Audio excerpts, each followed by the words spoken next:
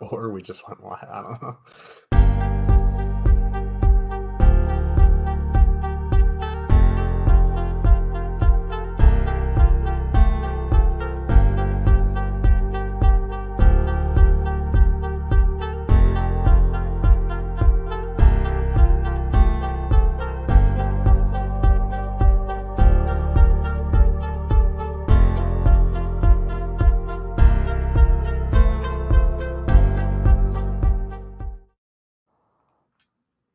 Is going on, everybody, and welcome to what day is today? Today's Thursday. Welcome to the Thursday edition of the Stokastic NHL Strategy Show. I am your host, Josh Harris. Couldn't find my hat, so I have to wear my son's winter hat. If you're wondering, I'm not like little Carl from Shameless or whatever. I just couldn't find a hat, and trust me, you don't want me to not be wearing a hat right now. The lack of hair on my head is quite a scene. Joining me, as always, Slim Cliffy, rocking a Blues jersey, it looks like. What's going on? It's a new era in St. Louis. The Craig Berube era is over. I don't think I've worn my St. Louis jersey yet this season, so I figured I'd get this one out of the closet. 8-game slate tonight. Pretty interesting slate of games. I watched that Winnipeg Kings game last night. That was unbelievable, actually, what the Winnipeg did basically entirely in the second and third periods. Kings look good. Talbot looked bad. I don't know how to kind of read that game. Kings need Gavrikov in the lineup. I think that's one thing that I took away from that. They really need all their defensemen in the lineup to, really hit their stride, because I don't think they can afford to miss one of their big boys. Yeah, and it was pretty funny. Like Tuesday slate with the 888, Winnipeg was wild chalk, and they did nothing against the Sharks. They were super low owned last night. Absolutely nuked the slate. You needed them. Ehlers had 2 goals, 2 assists. Like everyone on that line, like Velarde had over 30 DK points. It was just a absolute destruction from them. Even with Colorado one going off, I didn't cash because I paired them with Islanders too, which wasn't bad, but it was a shorter slate. And if you didn't have Winnipeg, you were in trouble. But yeah, 8-game slate tonight. New Blues coach. Does Haas like the new coach? I don't know. I don't even know if he's in the chat. I don't even know if he knows who the coach is, because I certainly don't. I know he's been their affiliate in their affiliate team for a few years. He's smart enough to put Thomas Buchnevich and Kyrou together, so that gives me a little bit of hope. I don't know. We'll see what's going on when we get to that game. Let's get into the slate. Before we do, I know a lot of you guys are in our Discord, and you got the message from me this morning about the NHL show. I just wanted to, if you are not in the Discord, I kind of wanted to give you a heads up as what's going on with the show, because we were not here yesterday. We were not here on Saturday. Basically, what it comes down to is the NHL product is losing money on Stokastic, and it's no one's fault, really. It is DraftKings' fault. FanDuel has kind of given up on their NHL product. They really just don't give a crap. DraftKings, over the summer, they told us, we're really going to look into getting that NBA money, taking some chances, this and that. And, they really have kind of just told us to go F ourselves this season. And you kind of see that the interest is there.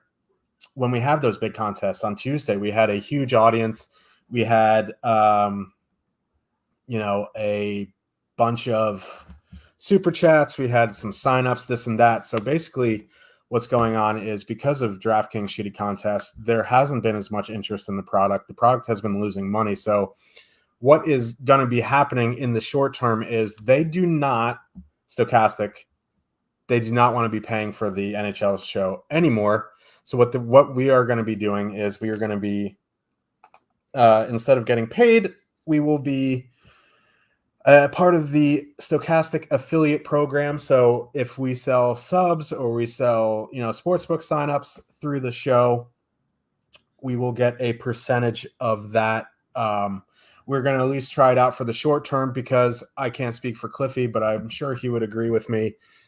We're here for you guys. Like, obviously we enjoy doing this. It helps my DFS a lot. I'll be honest. Like I also just like talking hockey. I like doing this for fun, but the main reason is I just like helping people. And if I can, I'm a big proponent of, what's the phrase, like sending it forward or whatever it is. My brain is melting right now, but I just like helping people. So we talked about this last night and we said, we're going to give this a shot for a few weeks, see how it goes. And then we will reassess around New Year's. We owe this to you guys to give this a shot. So we will have some more information as the days go on and how you can support us directly. But just know that we will be continuing to do the show. The good news is now that we're not getting paid, we can set our own schedule. So if there is good contests on a short slate, we can do a show. So Cliffy and I are going to sit down. We'll figure out a schedule. You might see us more often. The more we get supported, you'll probably see us more often. But in the short term, we will be here, at least on the bigger slates. And so that's what's going on. I don't know if you have anything to add about that. I just wanted to make people aware. Yeah, I mean, I don't have a whole lot to add. You're pretty bang on the whole way. Just, we do enjoy this a lot. We also want to get paid for it. Like that's kind of the way, labor works. I do enjoy it, but I also feel the same way as you. It's like, this is a community we've helped build up over 5 NHL seasons now. There are a lot of people that I talk to, there are people that I've never met, I have no idea what they look like. And I talk to them more often than I talk to anybody in my family. Like, that's just kind of the way it goes. So yeah, I feel like you do, that there's an obligation on our side to at least try to work it out under the new structure. We'll see how that goes. Like you said, we're going to give this a couple weeks, take it through New Year's. I think New Year's Eve is on like a Sunday or Monday or something like that. So we'll take it up to that point, see how things are going, if people are still interested. Just a really tough situation all around. And, hopefully DK picks up their contest in the second half. Because like you said, it's ridiculous that they run contests. Sometimes it's the $20, or sometimes it's, like the big 88 or whatever. And they'll fill 4 or 5 hours before lock happens. And it's just frustrating because you can see the demand is there as long as they offer the contest. But if they don't offer the contest, there aren't people playing DFS. And if there aren't people playing DFS, there's no point in this show. So, we'll try this out. We'll see how it goes. We'll keep our same format for now. The shows that we do, we're going to try to have them at the same time so everybody can kind of keep the same schedule going forward. We'll just see what it looks like in a couple weeks' time. Yeah. Will you be on the Stokastic schedule for video, or will you be creating your own video channel on YouTube? For now, we will be under the Stokastic banner. The more we get supported through sub purchases and sportsbook signups, the more we will be here. I hate asking for you guys to sign up for stuff that you don't want, so I will never do that. I will still be reading the ad reads. And if you want to support us directly, thank you very much. I'll have some more information in the next ad read on how you can do that. But, I'm not going to go out of my way to be like, oh yeah, if you want to see me, you need to sign up for this. I don't operate that way. If you, feel like I know you guys are here, you spend your hard-earned money on, Stokastic memberships or playing on DraftKings, whatever it is. I'm never going to ask you for your hard-earned money just to support me. We do appreciate your support. And if you do choose to sign up for any of the ad reads that we read, but I'm never going to make you feel bad or press you into something you don't want to do, because that's not who we are. Who gets the super chats? We get the super chats. YouTube does take their cut, as business is business, but we do get the super chats. We keep them in an Excel spreadsheet and we get paid out. $10 super chat using his real name. I'll call him by the Discord name, Red Spike 77 from Discord. Just to thank you for always giving us great info. Appreciate you both. The $10 super chat. Thank you very much. We appreciate that. you had a good night last night. I believe the last 24 hours outside of the Stokastic stuff has been a bit of a whirlwind for me. Had an interesting day yesterday, so I missed a lot of the hockey stuff, but congrats to you and thank you for the super chat. Yeah, thanks for the super chat. Red Spike did spike last night, so congrats to him. Saw M. Skellett had a very good night as well. Henry said he took down the dime time. Seems like Henry takes down at least like one dime time a week at this point. Clayton over on Owner's Box had a really good night. So good nights for a lot of people in DFS last night. Hopefully we can do that again here tonight. I see my wife has super chatted with probably my credit card. Not just kidding, but a $4.99 super chat. Let's celebrate their first super on live stream. Thank you. You're upstairs right now. It's kind of weird, but thank you. I was going to say, I wasn't sure if she was watching. So I was going to say, I talked to some of the people in chat more than I talked to her, and she sleeps next to me, but she's apparently watching. So absolutely. Yes. My credit card's sweet. All right. But we probably should get into the slate. You're on your own for dinner tonight. Just kidding. We're making chicken cutlets because I'm Italian. I had to do that once on the stream for Tommy Cutlets. Yeah, let's get into this slate. And we have the first game of the night makes me want to gouge my eyes out with a soldering iron. So let's talk about it. The Washington Capitals with a 2.6 total. Heading into Philadelphia, the Flyers have a 3 total. We have another super chat from PWNZOR. I would try to pronounce that, but I'm an NPC. $10.69 Canadian.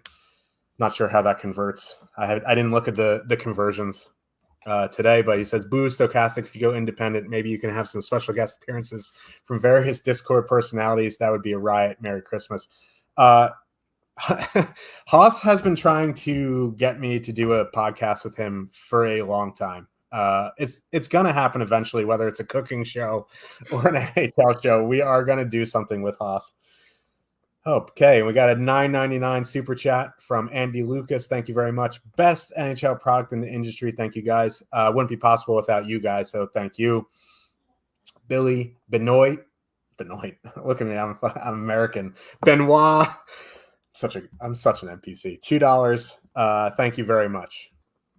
Yeah, thanks for the super chats. I think it's Ponsor is how you pronounce that. And Andy and Billy, we certainly do appreciate it. Hopefully we can help you guys win some money here tonight. Let's see how this goes because this is not a very good slate. But thanks for the super chats. They really do help us out. I appreciate it. It means a lot. So let's talk about this idiotic game. The Washington Flyers going into Philly. I mean, the Washington side is what it is, right? That team looks old. They look slow. It's a tough matchup. It's a tough power play matchup. It is not my favorite spot on the slate. Excuse me. They have one of the lowest totals outside of Chicago with a 2.6. I kind of like the Philly side here. I don't have much faith in the Capitals on either side of the ice. I do like that Konechny, Couturier, Forrester line. They are coming in a little bit higher owned than their top 2 stack percentage. But I feel like they're kind of in no man's land because there are like 3 or 4 really expensive lines in good spots. And you're going to need a line cheaper than them to fit with them if you use them. So I feel like these mid-range stacks are going to be a nice way to get a bit unique on this slate if you fade the really expensive top guns here tonight. So I don't mind the Flyers top line here. The Flyers depth is okay too, like that Tippett, Frost, Brink line. If you're looking into fit in expensive Edmonton or Toronto or the new Minnesota line, et cetera, et cetera. So I don't mind the Flyers here, but Washington, if you want to get to them in MME, that's fine. I just don't have much interest in single entry. Yeah, I mean, the thing with Washington on this slate is like they have their top line and then they basically have like 3 third lines after that. Like that's kind of the issue here. Like Kuznetsov's just having a real bad season. So is TJ Oshie. Sonny Milano's hurt. They haven't gotten Max Pacioretty back yet. Obviously, Nicholas Backstrom's out. Like there's just, after you get past Dylan Strome and Tom Wilson are probably their 2 best offensive players now. They're both on the top line. There's really nobody left in the rest of the lineup. Like Nick Dowd, who's technically on the fourth line, might end up with like the third or fourth most ice time amongst their forwards. Like that's kind of the problem with Washington. It's a brutal power play matchup for the Caps because Philly's penalty kill has stayed excellent basically the entire season. Not that Washington's power play is any good. And they even said they might be moving Ovechkin to the middle of the power play rather than his one-time office, which, I mean, you got to change up something at some point. You can't keep going along like this. But, you know, not a good power play spot. And they're going into the Couturier line. Like the Couturier line with Konechny and Forster up there, 1.6 expected goals against per 60 minutes so far this season. Like that's just tremendous defensive ability from that top line. So you have Washington's only good playable line in a bad power play spot in a bad even strength spot. So like, you know, obviously if you're playing 150 lineups or whatever, you might have a little bit of Washington in there, maybe like 5 lineups or something like that. But in single entry, like I just don't see any value on the Cap side unless you want to like one off Dylan Strome or one off Tom Wilson, like those types of things. Like I've actually one off Tom Wilson a couple times this year and it's actually worked out once. So like I think he might be their best goal scorer at this point, which is just unbelievable to say. Just no interest for me on the Cap side. The Philly side is a lot more interesting. Like Couturier, Konechny, Forster, all in the same power play unit. You know, on the low end, they'll get about 17 minutes. On the high end, Couturier will probably be above 20. They've been really, really good at 5-on-5, 3 expected goals per 60, 4.1 actual goals per 60. They're all in the same power play unit, but their power play is like pretty much just as bad as Washington's. Like that's the other thing here too, right? Is Philly's top power play unit not at any power play unit has not been good this year, else they would have stuck with the line combinations, which they haven't. But Philly's not coming in with a lot of ownership. Stokastic has them. Stokastic top stacks tool has them 5.6% owned, 5% top 2 percentage on that top line. So I don't mind going to Philly 1 here at 5% ownership. Like at 15,500, you don't really need the power play to come through. Like a couple well-correlated goals at 5-on-5 and you're fine. Power play would help. It would be nice to see them turn that around, but we'll cross that bridge when it actually happens. So I don't mind Philly 1 here. In the depth, like Tippett, Frost, Brink is a line that I don't mind either. You mentioned them on the last show that we had them. They've been generating a lot of offense as well. They don't get a lot of minutes, like 13 to 16 minutes, somewhere's in that range. But 62 shot attempts and 33.3 expected goals per 60 minutes at 5-on-5. That is really, really good. Tippett has 18 shots in his last 5 games. Morgan Frost is on that top power play unit. He's the one guy that is on the top power play that it isn't on the top line. So I think if you need a filler stack, Tippett, Frost, and Brink going into those like there's nothing in those second and third lines from Washington, right? Like, you know, Sonny Milano's out. He might have been actually one of their better players in there. You know, you're looking at Kuznetsov and Oshie, who are washed now, certainly look washed. You know, McMichael and Mantha have been good, but it's still a small sample. We don't know how much we can rely on it. Like, I don't mind that Philly third line, but it's really Philly 1 I like best in this game. Yeah. And I'm going to admit something about Tom Wilson here. Don't tell KJ, or the Caps fan, because I'm a Rangers fan. Tom Wilson was a first-round pick, and he wasn't a first-round pick for his dumbassness on the ice. Like, he is still a cuck. Like, he sucks. But he is a good goal scorer, and he is a good hockey player. If he decided to just play hockey, he was a first-round pick. He's not some slapdick in, like, the 6th round that doesn't even exist. So, you know what I mean? But, yeah, I'm on the Flyer side here. We have a couple more Super Chats. $10 from B-Funk. Thank you very much. You guys are the best in the NHL DFS community. Wouldn't be the same without you, too. I mean, you're a Blue Jackets fan, so, yeah, I mean, you kind of need us, you know what I mean? That team sucks. No, I'm just kidding. But Gaudreau looks washed, by the way. But, yeah, but congrats. I don't know why I'm congratulating you. Did you have a good night last night? Maybe you did. Maybe you didn't. But thank you so much for the Super Chat. And we have a $49.99 Super Chat from Ray Rock 215. Me and you go way back. We actually talked like 2015 because we used to both play on FanDuel. I stopped playing on that site when I've lost my password in 2016. Haven't logged in since. But great show, guys. Rangers suck. I'm not going to let that bother me today because no, it's bothering me. But thank you for the Super Chat. I mean, it's a perfect time to drop it after they got their brains beat in by the Leafs. But yeah, Ray Rock's definitely a name I remember from the FanDuel days 6, 7, 8 years ago. Thanks for supporting the show through the year, and thanks a lot for the super chat. I guess go Philly. We'll cheer for the Flyers tonight for one night only. We'll cheer for the Flyers. I'll cheer for anything in DFS that will win me money. If that's the Flyers, so be it. Just not the Blues. No, Haas isn't here. Fair enough. I'm just kidding. I like the Blues tonight. Let's get to the next game here. Oh, the Blue Jackets. B-Funk. Living the dream. Making a difference. Columbus Blue Jackets, they 2.6 total. Heading into Toronto, the Leafs have a 4 total. Biggest total on the slate. What can you say? I don't know. I didn't see any news on Nyes, but if he's out again, the Mountain Noah Gregor will be up on that top line. Yeah. Even with Gregor. Yeah, Gregor's on the top line. He was there at morning skate. Even with Gregor there, that line is still 21,000. So, like, Gregor obviously isn't the player Nyes is, but, like, he's not some guy that really is going to look out of place there like a Kerfoot would. He's a shooter.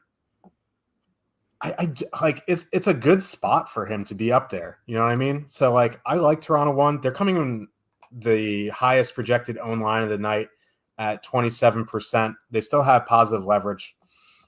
This is a really good spot. Like, the power play spot, whatever. Like, Columbus doesn't take a ton of penalties, but their penalty kill isn't great. So you want to go to Toronto 2 in this spot, you can. They're a bit over leveraged. They are $3,800 cheaper than Toronto 1. And they're coming in with about 17% ownership. It's really high. I think you can just kind of do some different stuff with these stacks if you want.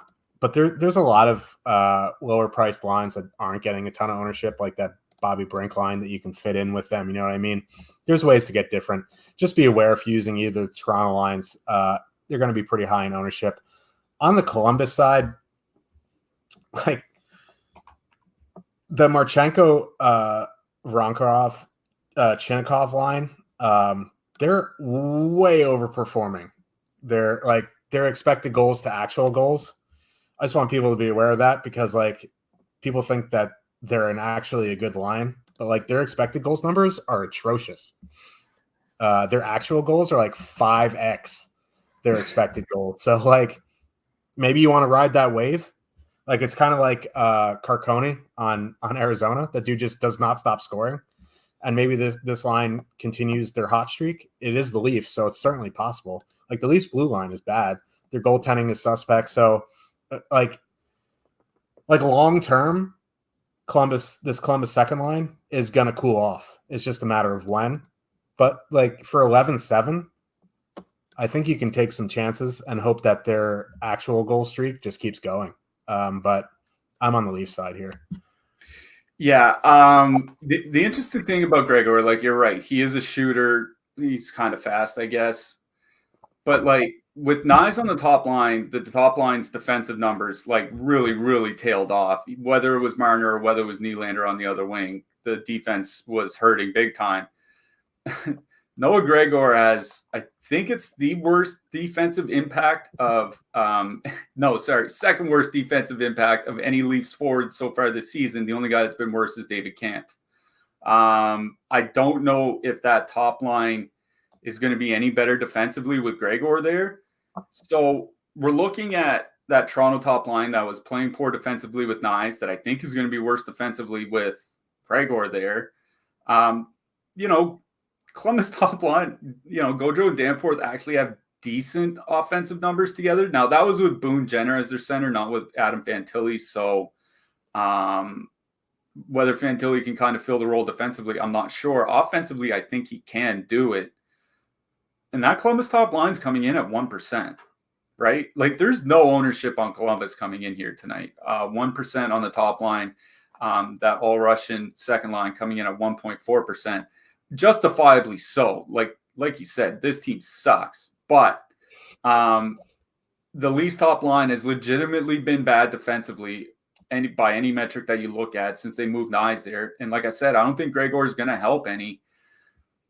Like, there are a lot of expensive stacks on the slate. Like there's Tampa Bay, there's Edmonton, there's, Vancouver power play stack, all that stuff.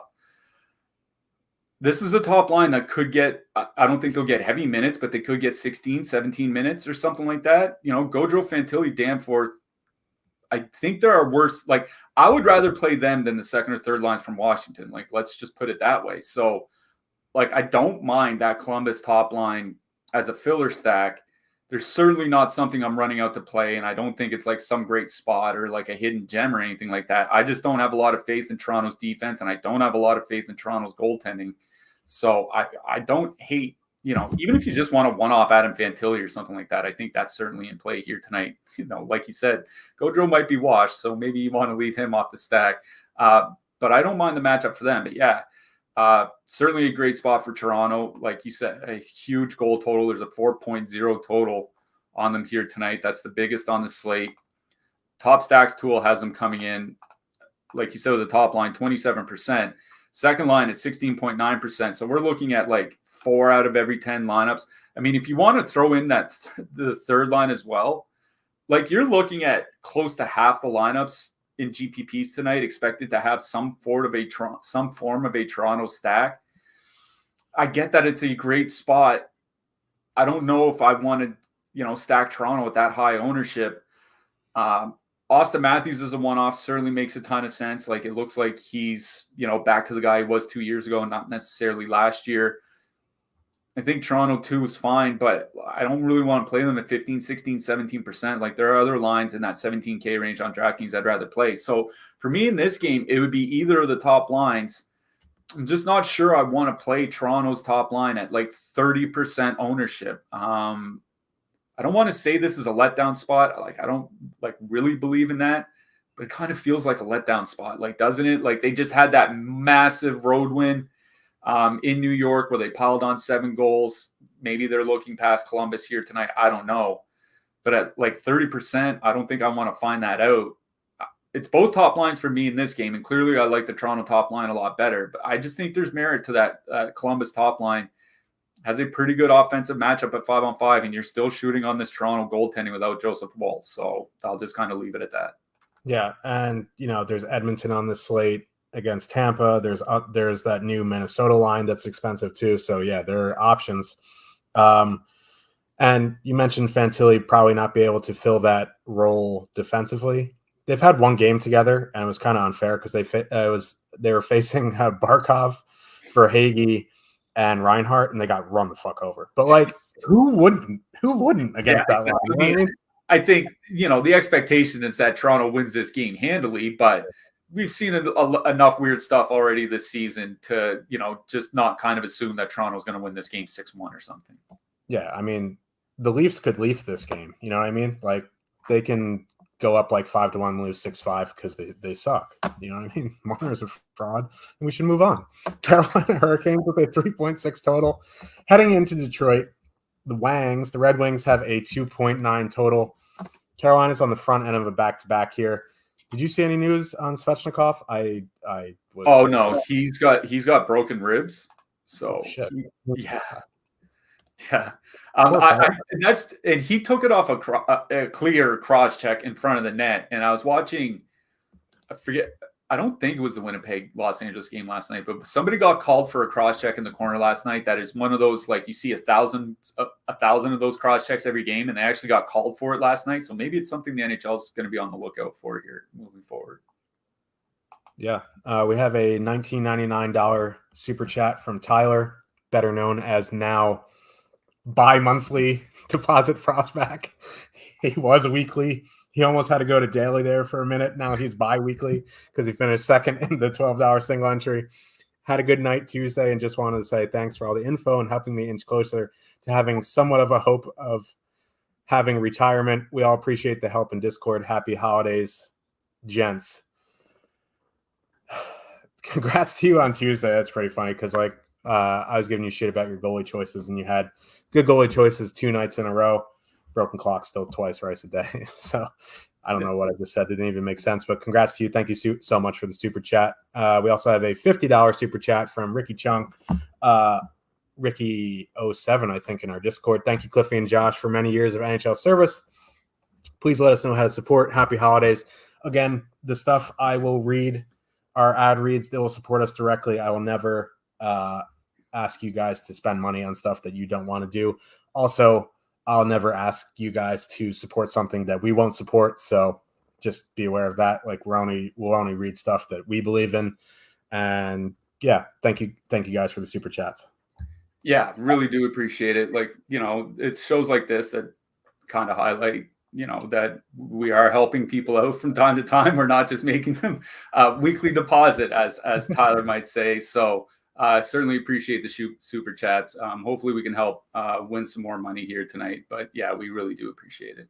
Paying it forward was what I was looking for earlier. It just dawned on me. I'm glad it dawned on me now and not like 4 a.m. when, it would wake me up and big mess. Anyway, Carolina and Detroit.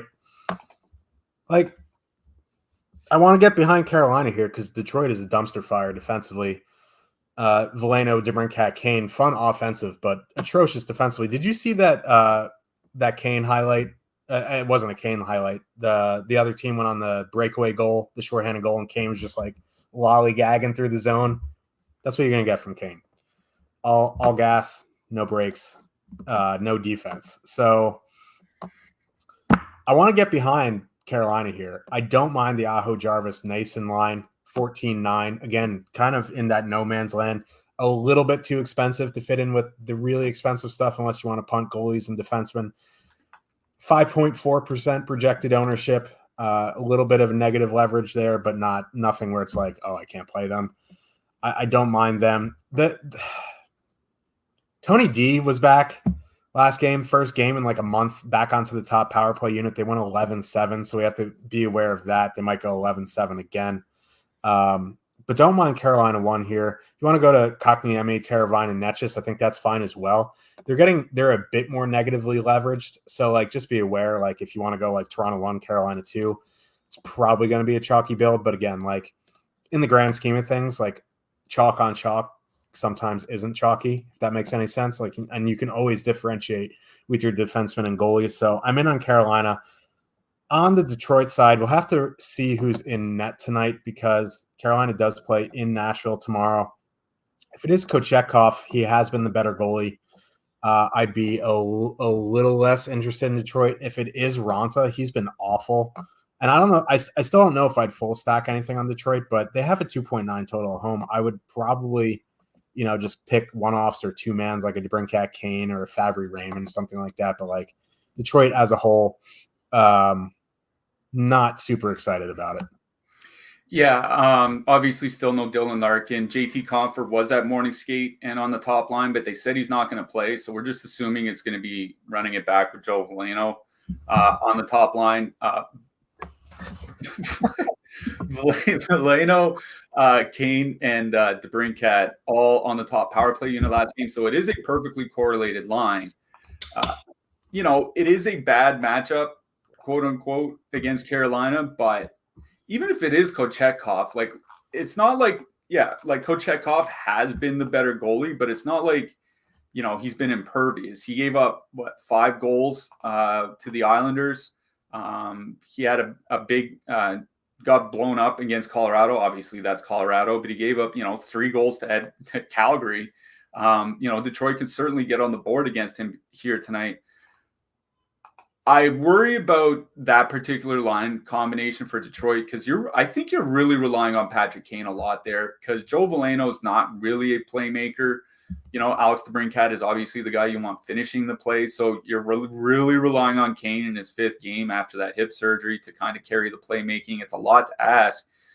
But, this is the end of a 6-game road trip for Carolina. Like, they're going home after tonight. It is, it's the front end of a back-to-back and also the end of a road trip. So, maybe they're kind of looking past Detroit here. I hope not, considering Carolina's fighting with them in a way for a playoff spot. Detroit 1 seems fine here to me, just because they are perfectly correlated. They're not super expensive. Veleno down at 3,300. So, you can stack that. You can stack that entire line for like 16,000 and change. It's perfectly fine. That's probably where it would end though. Like I don't have a ton of interest in Raymond and Fabry. Like, they're probably going to see the second and third line matchups a lot from Carolina, and those tend to be the better defensive matchups for Carolina. So I think it's a little bit tougher for Detroit. Maybe you just want a one-off, like one-off to Brinkat, one-off Lucas Raymond, those types of things. I think maybe that might be a better approach against Carolina, but I don't mind Detroit here tonight, which feels like really weird to say without Dylan Larkin in the lineup, but I really don't, considering, like you said, front end of a back-to-back plus the end of a road trip for Carolina. But yeah, I do like the Carolina side better here. The top line is fine. The second line is coming in with negative leverage, should say that, 7.3% ownership, 3.2% top stack percentage. But this line has been pretty good for Carolina, like going back to last year. Like just this year alone, 2.7 expected goals for, 3.4 actual goals for per 60 minutes at 5-on-5. Going back to last year, pretty much the same offensive numbers. Like they have been generating pretty easily against the opposition. Jesperi Kotkaniemi, he has no assists in his last 16 games, which feels like almost impossible, but he's managing to do it somehow. But they're going to get, what I think are pretty easy matchups against the Red Wings. Like any line with Andrew Kopp on it is going to be a pretty easy matchup. Raymond and Fabry do not have good defensive numbers together this season, so I don't think it's really that bad of a matchup for Carolina too. So, maybe another situation where you want to two-man it and just go Kotkaniemi and Natchez for that, Carolina power play too. Like, I definitely do like Carolina because of Detroit's penalty problems. Like, Detroit is one of the most penalized teams in the league so far this season, giving up the second most power plays per game. If Tony DeAngelo is in the lineup, he makes the top power play unit better, like he just does.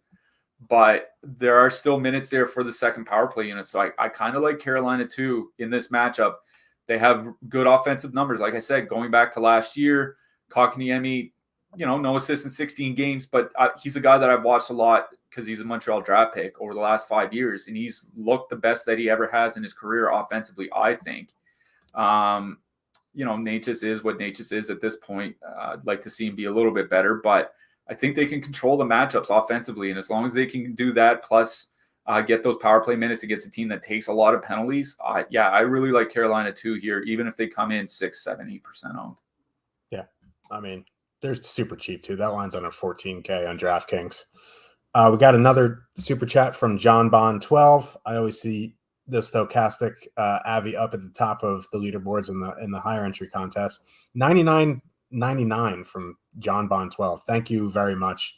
We really, really do appreciate it. We can't do this without you guys. Thanks. Let's keep it going. Actually, we probably can't do it without you guys. So thank you very much. Yeah, I was thinking the exact same thing because I saw Nick sent a message just above that. Said jumped on, heard the beginning. You guys are the best. Tell us how to support. We will. Thanks for all you do to educate and entertain. It's like, we certainly do appreciate these messages. But if we didn't have the audience, like we wouldn't have even done this show. Like if we didn't know there were people that enjoyed watching, if there weren't people that we enjoyed conversing with and talking to and all that, like we just wouldn't have done this. So like, thank you very much for the super chat, but it's definitely a two-way street. We appreciate you guys tuning in and supporting us as well. And we have a $100 super chat from KJ, who will not be, he has to be the topper, adds that extra penny. Thank you for both. I can't read English. Here we go. Thank you both for all you do. Look forward to how we can support you guys going forward. Even though it's a DFS show, you guys bring a ton of value for sports betting with the nickels you guys give out here and there. Yeah, I mean, I've talked to KJ a bunch in DMs and stuff. Super sharp sports bettor, even though he took no, I'm not going to put him on blast for that. That was pretty funny though. But thank you very much for that. He is a resident Capitals fan too, so he is going through a tough time this year. But thank you very much for the super chat. Yeah, thanks a lot, KJ. Certainly appreciate it. Very generous with the super chats, guys. Kind of the point of the show is like it's hopefully not just DFS, that people can kind of pick up stuff that helps them with betting, with season long, with best balls. I guess you wouldn't necessarily be doing best balls right now, although you can do weekly stuff or whatever on Underdog. But yeah, point is that it's not just DFS that we can help out with here. So I'm glad that we could help out in other ways. And thanks a lot for the super chat. We really do appreciate that. Yeah, we really do. A bit overwhelming, but yeah. Here, I'll give you a little ad read on how you can support us further. You know how I always read about, sign up in the link description below, blah, blah, blah, get your weekly or monthly. So one of the main ways that you guys can support us, and again, never going to ask you to spend money if you don't want to. This is just me telling you how to do it. I'm not going to take away your hard-earned money if you don't want to spend it. If you use the link in the description box below, you can get access to Stokastic membership for weekly or monthly, and there is a promo code you can use. It is a direct promo code for us. It is NHL Strategy, promo code NHL Strategy. That is one word. It will give you 10% off the weekly membership, I believe. I don't know if it gives you on the monthly, but try it if you are looking for the monthly. If you use that promo code, it will directly track who signs up under my affiliate link, and that will get you access to the top stacks, the projections, the ownership projections, and the Discord. Cliffy and I will still be in the Discord all the time. So yeah, I would not read this ad if we were not going to be in the Discord or we were not going to be a part of this company anymore. So this is something I support, and this is a way you guys can support us. Promo code NHL Strategy. It will directly go to our affiliate link, and it will also get you 10% off weekly. So if you do want to give it a spin to see what's going on, promo code NHL Strategy. Calgary Flames with a 2.9 total. Heading into Minnesota, the Mild have a 3.5 total. Man, do I hate Calgary, but Spurgeon is out tonight, and he is by far their best defensive defenseman.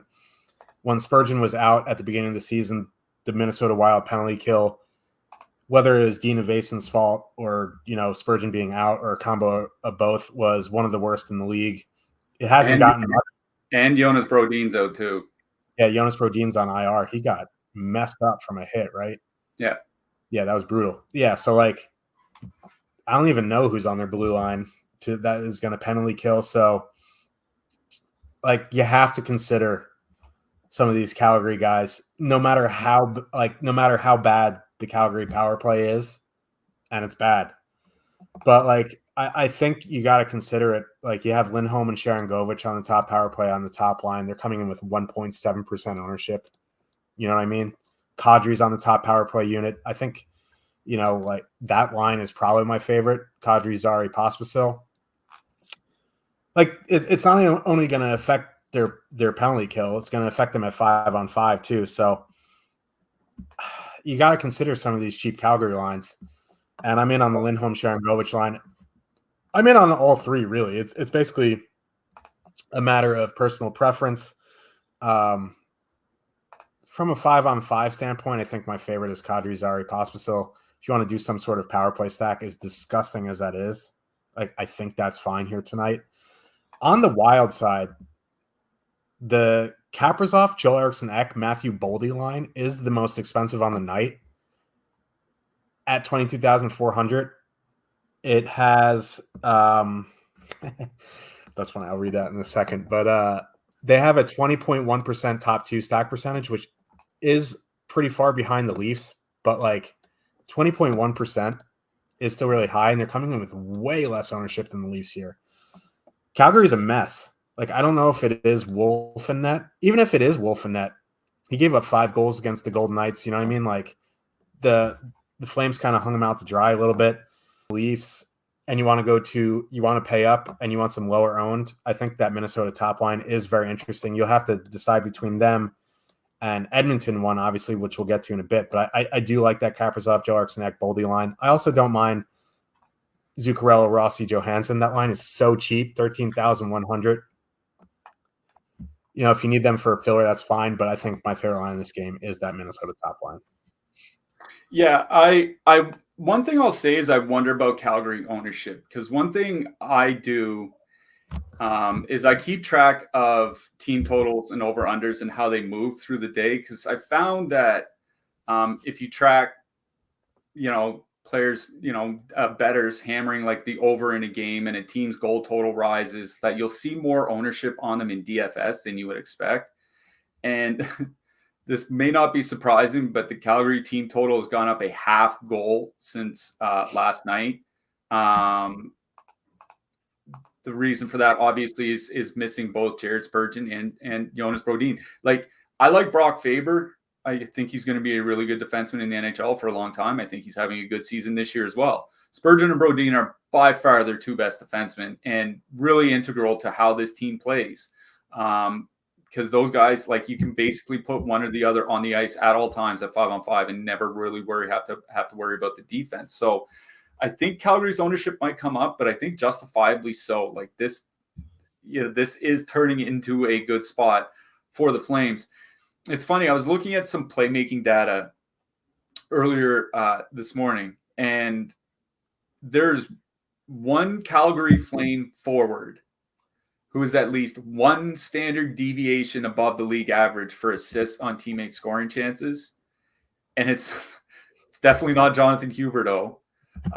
It's not Elias Lindholm. It's not Andrew Mangiapane. It's Martin Pospisil, which him and Zari have actually looked really good together this year for Calgary. It was wild when I think they healthy scratched Pospisil at one point.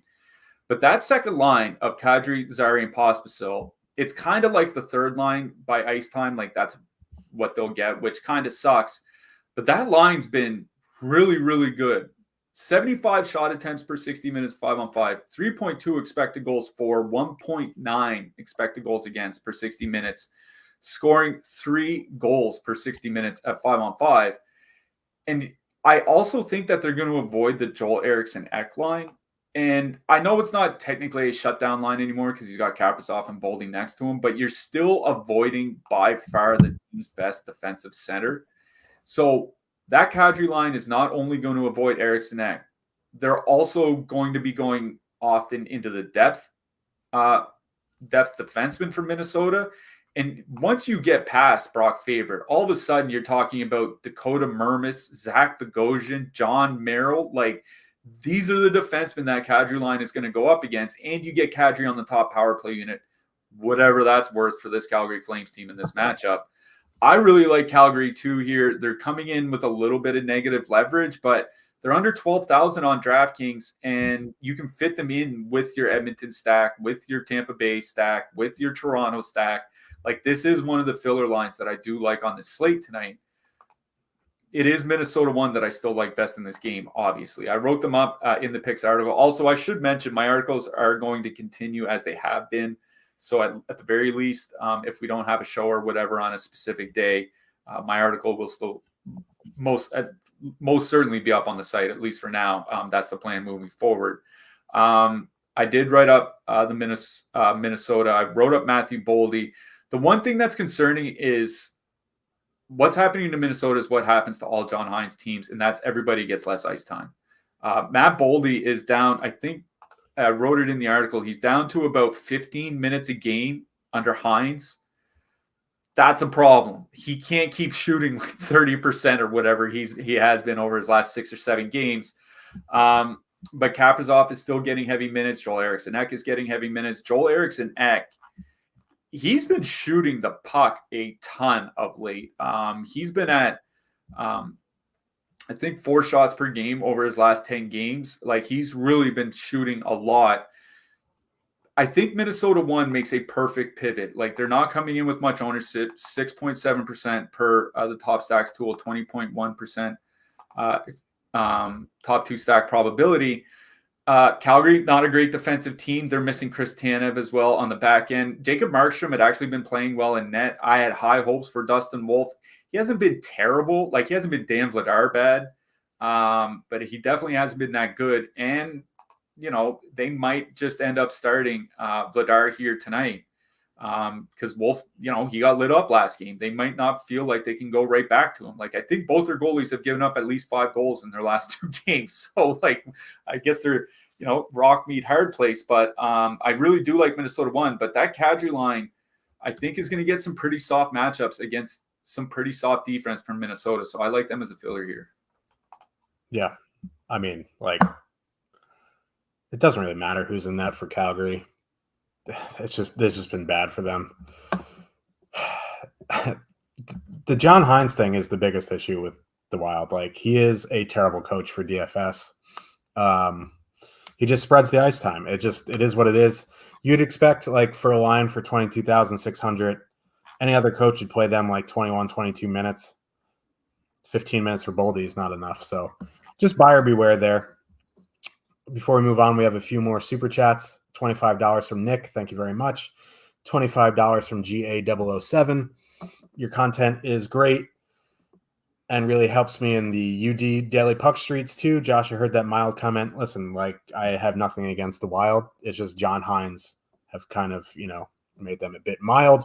We also have a $4.99 super chat from Tim. I'm not even going to try to last name Parla Piano.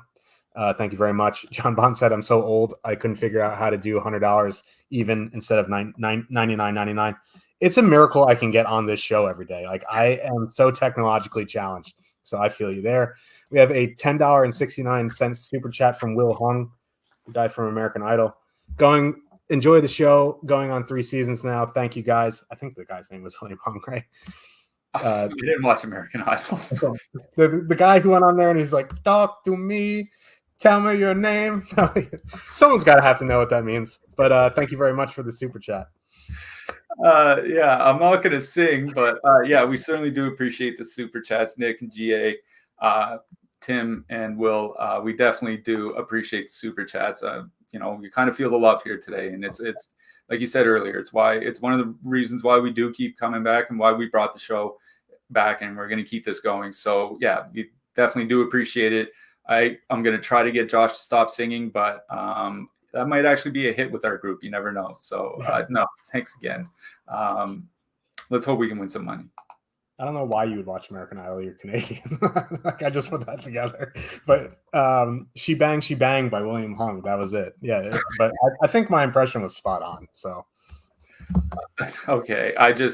Between the Party Marty last game and William Hung this show, like, you're really going on a heater with the jokes here. So I guess I should just keep encouraging. I'm a mess. He did a Ricky Martin. He did the Ricky Martin song. I'll have to send you the link. It's pretty funny. Ottawa Senators with a 3.2 total heading into St. Louis. The Blues have a 3.2 or 3.3 total. This game is a festival of ass. Like, both these teams are terrible. They fired Berube. Like, the coach was in their AHL affiliate. He was their head coach for a while. Now he's up with the Blues. Smart enough to put Thomas Vucinovic and Kyrou together. The Jake Neighbors experiment is over. Although I don't really hate Neighbors. I just think, like, if you have players like Thomas Vucinovic and Kyrou, you should probably play them together. And I just saw a quote. They asked Kyrou on his relationship with Berube. He goes, "I've got no comment. He's not my coach anymore." That is not a ringing endorsement for Craig Berube. The thing with Kyrou, right, he's been shooting a bunch. He just hasn't been finishing. I think, by far, Vucinovic is their best playmaker. He's their best two-way winger. It's not particularly close. So I'm interested in almost any line that Pavel Vucinovic is on.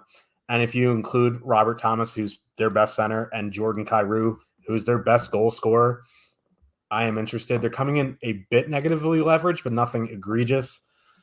And then on the other side, right, like, St. Louis is a mess on their blue line. Their goaltending sucks. If you want to play the revenge narrative, this is, I think this might be Tarasenko's first game against the Blues. He might have had one with the Rangers. I don't remember. But actually, I think his first game was against the Blues for the Rangers. But whatever. People love to live on Narrative Street. I actually don't mind that line. That line has been very, very good. You want to go to Giroux, Norris, and Kachuk, I think that's fine as well. So it's St. Louis 1 for me and the top 6 for Ottawa. Yeah, the scoring chance data that I was just talking about in the last game for Pospisil, Robert Thomas and Jordan Kyrou are both one standard deviation above the league average by assists on teammate scoring chances at 5-on-5. Like, they've both been really good playmakers. I wonder if that's hurting Kyrou like Kairu's finishing at all. Like, I don't understand why it would, but he's definitely been a much better playmaker this year than he has been. Pavel Buchnevich has kind of just been the guy he's always been, just a really reliable, he can be a point per game winger, two-way winger. I think that's a really, really good line. Like, they have played together a bit this year. 3.1 expected goals per 60 minutes. But, with Kairu's finishing problems, they're shooting under 5% as a line. Now, it's the interim coach. He's coming up from the AHL. Often you'll see teams run basically the same systems in the NHL as the AHL, so that when they do call up young players, it's not a big transition for them. It's just same of everything, just a little bit faster. So I don't know if a whole lot is going to change. What I will say is St. Louis also hired Brad Richards. It was St. Louis. Yeah, St. Louis hired Brad Richards as a power play coach. Steve Ott was running the power play. Yeah, that was the biggest surprise to me of that whole thing. I never knew that. I was like, well, no wonder that thing sucked for a year and a half now. Why would you have Steve Ott running your power play in 2023? Like, no offense to Steve Ott. He had a really good NHL career. He was not anything close to a power play specialist. I don't know if Brad Richards has worked with them at all in the last 36 hours, 24 hours, whatever. That's something that would really turn around their DFS value in a big way, because the lack of power play production was something that was really hurting them. But yeah, the top line was generating offense pretty much, not at will, but a lot of offense. And Ottawa's not that good defensively. Their top line, their second line has not been good defensively. 3 expected goals against per 60 minutes of 5-on-5 for Ottawa too. I don't know how they're going to match up here tonight with a new coach. St. Louis's top line typically plays, exclusively top 6 against the opposing top 6. So, they might go up against the Tkachuk-Giroux line, which actually has been fairly good defensively for Ottawa, but they probably are also going to get the Stützle, Batherson, and Tarasenko line. And, they're pretty good offensively in their own right, but they're also pretty porous defensively. So I'm with you. That St. Louis top line coming in a little under 10% ownership, I think that's perfectly fine. You can throw Torrey Krug on the blue line, dilute that ownership even further. Buchnevich and Thomas both on the top power play unit. Ottawa's penalty kill has been atrocious. 10 power play goals against in their last 10 games played. Most shots allowed per 60 minutes on the PK in that span.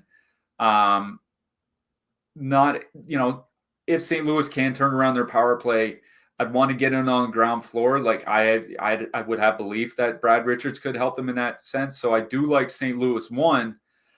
I will say I also don't mind Ottawa 2 here tonight. I was wondering if I was going to go to Ottawa 1 or Ottawa 2. Like, I think Ottawa 1, I think, is perfectly fine to play here. Like, I'm not going to say it's not. There's no tough matchups on the St. Louis side. I will say Brandon Saad and Kasperi Kapanen, 72 shot attempts and 3.3 expected goals against per 60 minutes with those 2 wingers on the ice this season. Braden Shen is not going to help in that regard. They're going to avoid Colton Parayko, which, has kind of been their best defensive defenseman or close to it this season. It would be Ottawa 2 that I would play from the Ottawa side, but I think it's St. Louis 1 that I like best in this game, and it's not particularly close. Yeah, I agree. Corona says Ott used to play on Dallas 1 in first power play. He actually wasn't that bad at it at times. If you have to add the at times, and he's coaching a power play in the NHL. There are guys, the kind of grinder types that do play well in that net front situation. Like Alex Chiasson is the guy that we always bring up. Like Alex Chiasson's literally one of the best net front power play guys in the last 10 years in the NHL. I would not want him running my team's power play. Like, that's just kind of the way I look at it. Yeah. And Brad Richards, very good on the power play. He couldn't even save the Tortorella power play when he was on the Rangers, but no one can save that power play. Fair enough. Tampa Bay Lightning with a 3 total. Heading into Edmonton, the Oilers have a 3.6 total. Edmonton 1, McDavid, Hyman, Nugent Hopkins, $300 less than Minnesota 1 here tonight. And these boys are going to get their minutes. McDavid will play his 23, 24, 25. Hyman and Nugent Hopkins will play their 20. Now, the thing is, they're going up against Vasilevsky. They're going up against Tampa Bay, but Alex Barry-Boulet on the top line. I don't know why they're going back to Stamkos and Paul. And then Brandon Hagel on the second line with, Cirelli and Jeannot. Pretty interesting there. But like, the point is, like, Tampa Bay is not the defensive team they were when they went on that cup run. You know what I mean? Vasilevsky's not the goalie he was since he's come back from the back surgery. And he's had issues with the high blocker his whole career. It's not anything new there. Like, yeah, he's won Vezina trophies and he's still a very good goalie, but like, he's not, like, I don't know. I don't know where I'm going with that. I'm just saying, like, I think Edmonton 1 is definitely in play here. They're coming in with positive leverage. They're coming in with a little bit more ownership than Minnesota 1, but it's still a lot less than Toronto 1. I think I do really like Edmonton 1 here. On the Tampa side, like, Edmonton's a clown show defensively. So, like, that Hagel, Cirelli, Jeannot line was a little eyebrow raising. You want to go to that top line, you want a power play stack, I think that's fine. But if you're going for 5-on-5 stuff, I like that Hagel, Cirelli, Jeannot line. Yeah, I like them too. Wrote them up in the picks article today. Cirelli and Jeannot on the ice this season, 33.4 shots, 3.6 expected goals, 4.1 actual goals per 60 minutes at 5-on-5. Now, a fair bit of that was with Mikey Eyssimont on the line. But even without him there, the offense was still really good. It was just the defense that kind of fell off. So I suspect that Hagel, Cirelli, like Brandon Hagel, people say this, it's kind of cliche. He might actually be the most underrated player in the NHL right now. He's been tremendous since getting to Tampa Bay, especially since the start of last regular season. And that's both whether he's skated on Kucherov's line or the second line or the third line, hasn't mattered. And he's got some of the best playmaking numbers in the league this season. And he's right there with Kucherov in assists on teammate scoring chances. I really, really do like Hagel, Cirelli, and Jeannot. A big reason is they're not going to see, like, with Chris Knobloch, Edmonton's been pretty consistent with their lines and pretty consistent with their line matching. McDavid's going to go out against the Kucherov line, and McDavid's line has been so dominant offensively that they're not really giving much up defensively. Draisaitl's line, not having that problem because they suck.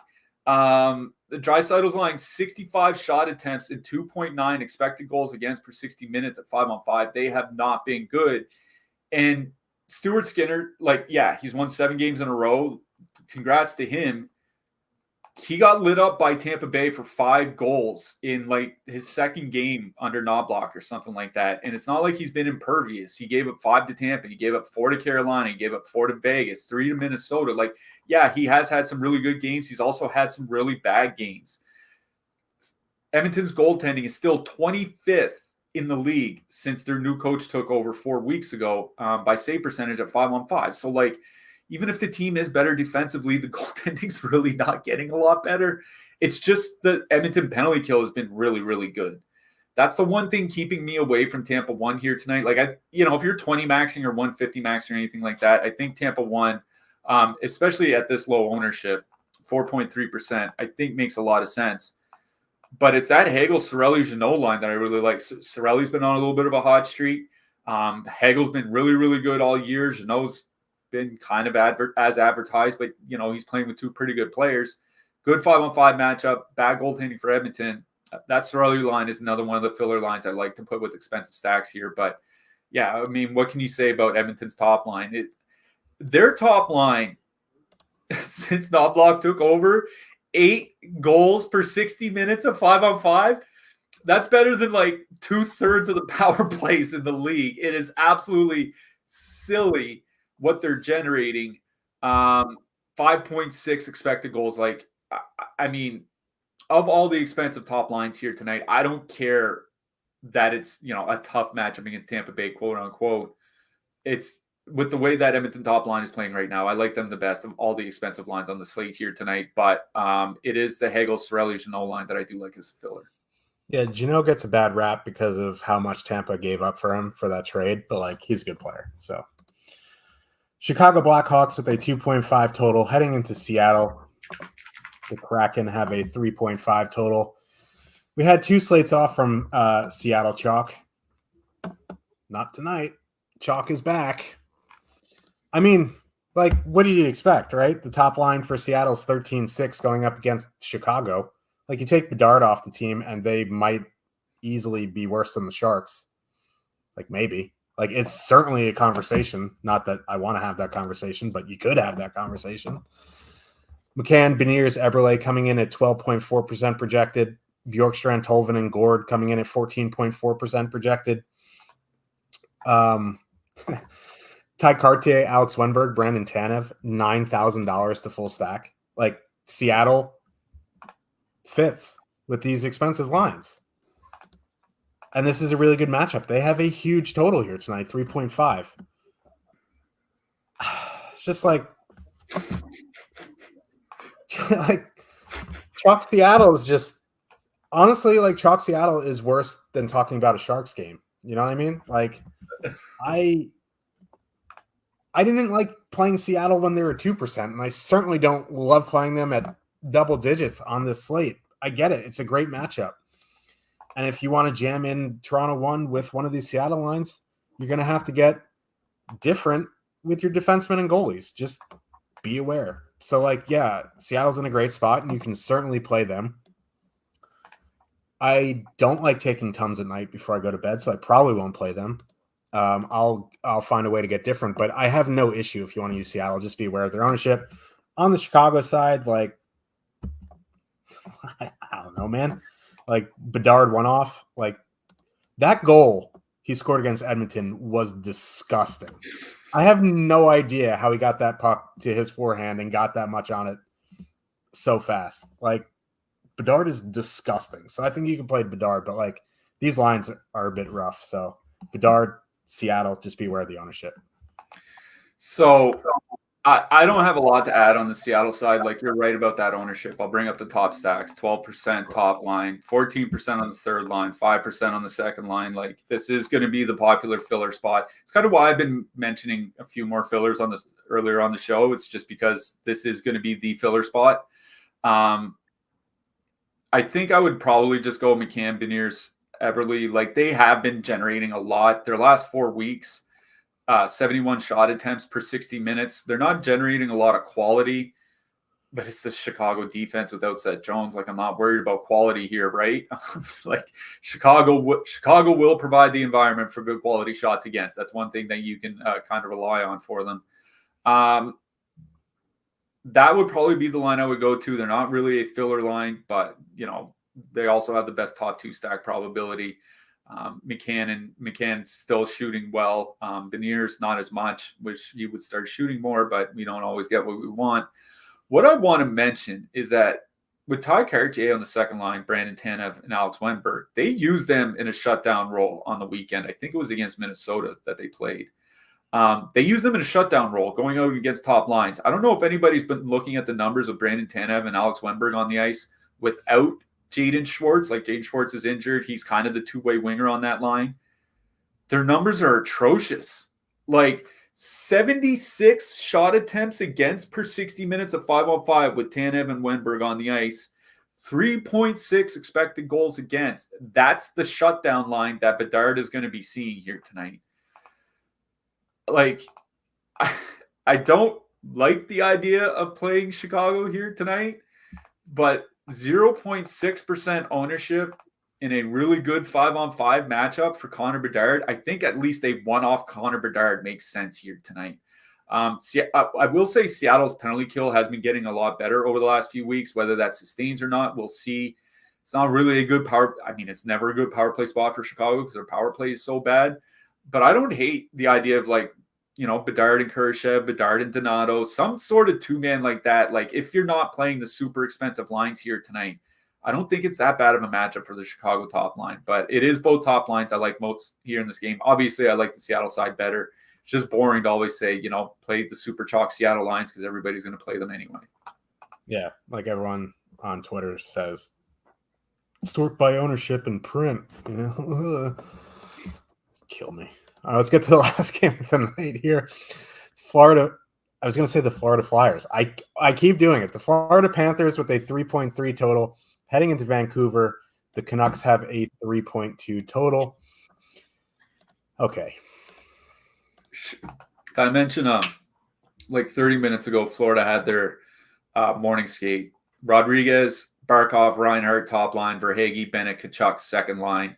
Cousins, Luosterainen, Lomberg, third line. Looks like Anton Lundell is going to be a healthy scratch. Unless he's hurt. I didn't even see, but he's not playing. We can just like put Lundell and Vrana on a line and get them on a team, and that might actually just give them a competent winger. I mean, Lundell. I mean, since Mason Marchment left, he's just been not good, and that's kind of worrisome because I thought he'd really turn into a player, but he hasn't yet. Marchment's having the season, but anyway, with Erod back on the top line, like that line is still really good.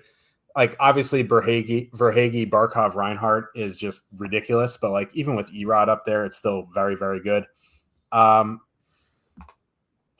They with Vancouver at home, they kind of send out the Besser, Miller, Hoglander line out. Like they don't really hard match. They've been using the Pettersson line more since they moved Lafferty there, which I think was kind of intentional to get Miller out of some of the shutdown matchups. Which is nice because if out of the Vancouver lines, I do have more interest in that Miller line. On the Florida side, like if they're going to put Bennett, Verhaeghe, Kachuk together, like I'm interested. Like we're Florida 2 slappies. It is what it is. Like that line is just nitrous, and Bennett is still pretty cheap, and Kachuk has started scoring goals, kind of. Like he had one go in. He has 5 now. Like eventually the dam's going to break, and Vancouver penalty kill is bad, right? So Bennett and Kachuk power play 1. I'm interested in Florida 2. I would imagine once we get a rerun with Verhaeghe there, their ownership's going to go up. Just is what it is. And the ownership on Florida 1 will remain low. So I think, they're fine.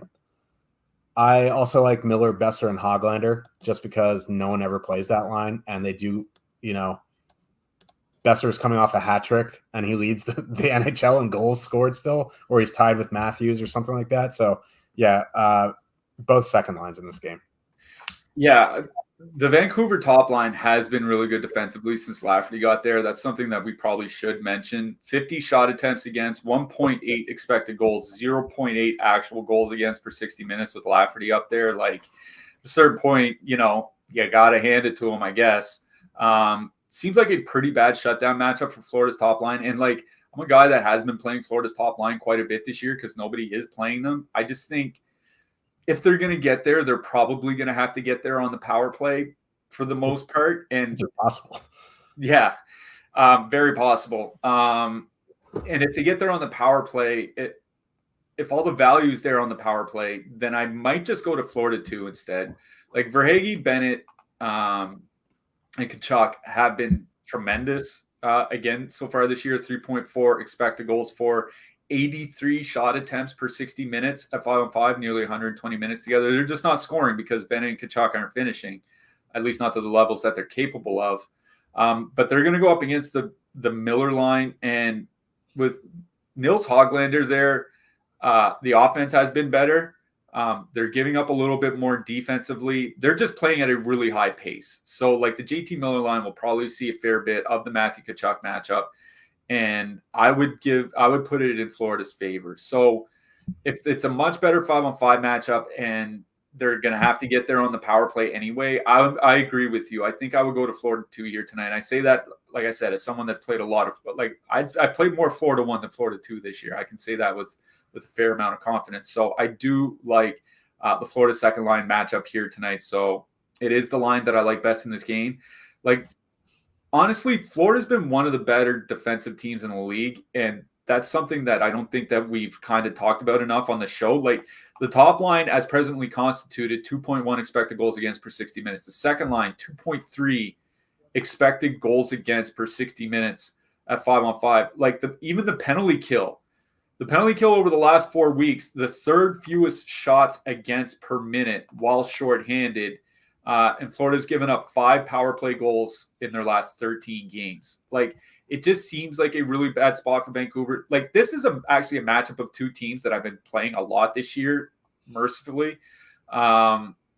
I just don't know if it's necessarily a spot that I really want to go to the top lines. Like I said, I think it's the Matthew Tkachuk line for sure that I like best here. Good 5-on-5 matchup, good power play matchup. Once those goals start coming for Tkachuk, it's going to be like the smash mouth song. Once they start coming, they don't stop coming, start stopping. I forget exactly what that lyric is. I probably should have looked that up before the show, but once they start coming, it's going to be a floodgates for them. So it's another one of those spots where I want to get it on the ground floor, and I'm going to be on Florida 2 here, I think. Yeah. Same. Coming up after us. Oh, first we got another super chat, 1999 from, I don't know. The 8 always throws me off. I know he's in our Discord, and he's under that name in the Discord. I'm not even going to say it. English is tough today, okay? Just bear with me. Says, thank you very much for the 1999 super chat. Just able to pop the stream open.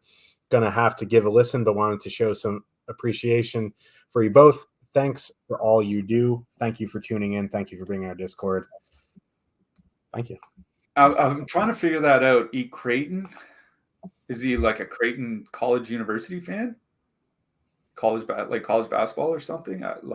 I mean, sometimes with I'm getting to the point with the internet acronyms where like I'm starting to feel like old man yells at cloud, but all the same, thanks a lot for the super chat. We really do appreciate it. It does say it's Creighton. It's his last name. Gotcha. Yeah. Oh, all right. So, hey, look, the Canadian new American college, not even one of the popular ones. How about that? They went on a couple NCAA basketball runs. That's so the maybe only reason why I know them. That's the only reason I know them too. I was trying to think of the player on the team, but I can't. And I'm not going to even try. Coming up after us, 4:30 p.m. Eastern, Owners Box Live with Greg Ehrenberg. 5:30 p.m. NBA Deeper Dive with Josh Engelman and Adam Schurer. 6:30 p.m. NBA Live Before Lock with Greg Ehrenberg and former Iowa State caddy Eric Lindquist. 7:30 p.m. Eastern, NFL Showdown Live Before Lock with Lofty and Neil. Busy schedule today, so if you are playing those other sports, stick around. Let's talk a little bit about defensemen here. Quinn Hughes, most expensive on the board. He actually had the block bonus last game. I think that was his first block bonus since November 12th. So he has one a month, essentially.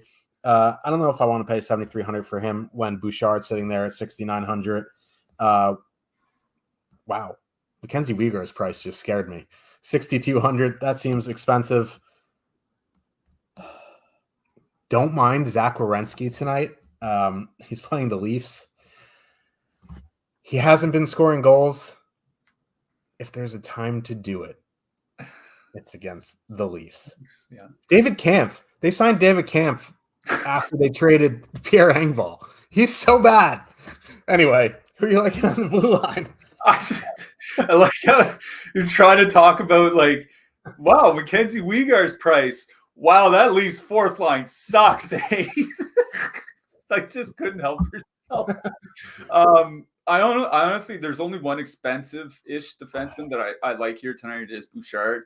I think Weegar's fine, but you're really, really relying on maybe like a combo meal plus an assist or something from him. Like it feels like a thin margin, especially where he's not on the top power play unit. So Bouchard is the expensive guy. Like I wrote up Brandon Montour.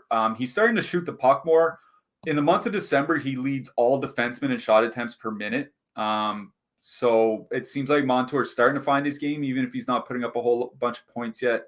I think if you don't want to play Florida, just playing Montour makes sense. Mikhail Sergachev for sure, with Victor Hedman out here tonight. Torrey Krug, obviously, for St. Louis. He's cheap enough where I don't mind playing him. Jake Sanderson on the other side of that game. Noah Hannafin, 4,500. Chris Tanev is going to be out for Calgary here tonight. Hannafin might play upwards of 25 minutes. So don't mind him instead of paying up for Weegar. Lots of cheap guys to like. We won't know if Tony DeAngelo is in the lineup until warm-ups. He only played 10 minutes last game, but it is a really good power play matchup for Carolina. So if he's in, he's under 3K on DraftKings. I think he's like 36 or 3,900 on FanDuel, like perfectly playable, even if he only gets like 12 minutes. Brock Faber, though, with Brodin and Spurgeon out, like Faber I think he's easily going to be past 25 minutes, and he might approach 30. Brock Faber's like one of my favorite plays on the entire slate now that we know Spurgeon's out. Alex Vlasic running the top power play for Chicago. It's top power play minutes. It's worth something. His peripherals have been pretty good though. Yeah, he can block shots, and he might have to here tonight. Darren Radish, he's probably going to play more minutes, obviously with Hedman out, second power play unit. Couple cheaper-ish guys, I guess, including Andrew Peeke, obviously from Columbus. Our buddy might have to block a lot of shots against the Leafs here tonight.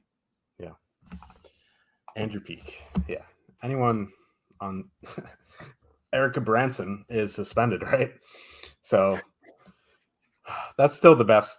That's still the best storyline from last year. We don't have time for that. Let's talk about some goalies here. How much Joey Decord at 8,400 do you want to play? Probably not much. Yeah, not very much. I wrote up. I mean, I didn't mean to cut you off, but go ahead. I hate goalies. You can talk about it. I mean, everybody does. I wrote up Thatcher Demko. Like, Florida does take a lot of shots. Demko's been really good this year. He's super expensive on FanDuel, but on DraftKings, I think he's 7,500. That makes a lot of sense to me. Charlie Lindgren for Washington. Like, Philly has a really bad penalty kill. Lindgren, if he gets blown up, it has to be probably all at 5-on-5. Don't mind Charlie Lindgren for 7,300. If I'm going to pay up, Gustafsson for Minnesota, I think makes a lot of sense. Calgary might generate quite a few shots here against what is normally a pretty good defensive Minnesota team, especially since the new coach. But without Spurgeon and Brody, Gustafsson might have to save some extra shots. And, just for luck, maybe Jordan Binnington does something in net. Ottawa does like to shoot a lot. St. Louis does give up a lot of shots. If you're paying up, don't mind Binnington either. Binnington might do something in that. He might punch somebody tonight too. Yeah, he might get like 2 and 10. 5 minutes into the game or something. Yeah. I mean, Merzlikins 6,700. He's going to see the volume. He might let in like 9, but he might not. You target these cheap guys for the volume. So, who are you liking for your hat trick pick? I'm going to go, it's not off the board, but it's going to be low owned. And I was kind of singing the praises of the matchup a little bit earlier. I'm going to go with Connor Bedard. I like that. Haas might kill me when he sees this, but I'm going Pavel Buchnevich. St. Louis does some business here tonight. I think, I don't know if I'm going to be on St. Louis for sure, but they're definitely at the top of the list for a line that I'm going to stack. And, maybe they get a new coach bump like they did under Berube when he took over 4 years ago. 5 years ago. Everyone seems to love Berube on his way out. But anyway, yeah. Thank you so much for the support today, guys. We really do appreciate it. Again, if you want to support us further and you want to join the premium, use promo code NHL Strategy, get you 10% off. It goes directly to our affiliate link. So thank you guys so much, and we will see you soon. I don't know what this slates. I haven't looked, but we will definitely see you soon, and good luck, everybody. Yeah, I would say at least Saturday for sure. At the usual time, we'll be back. We'll update the schedule once we figure some things out. But thanks a lot for today, everybody. Really felt the love from the community. Hopefully we can get some winners in the Discord here tonight. Good luck. Good luck, everybody.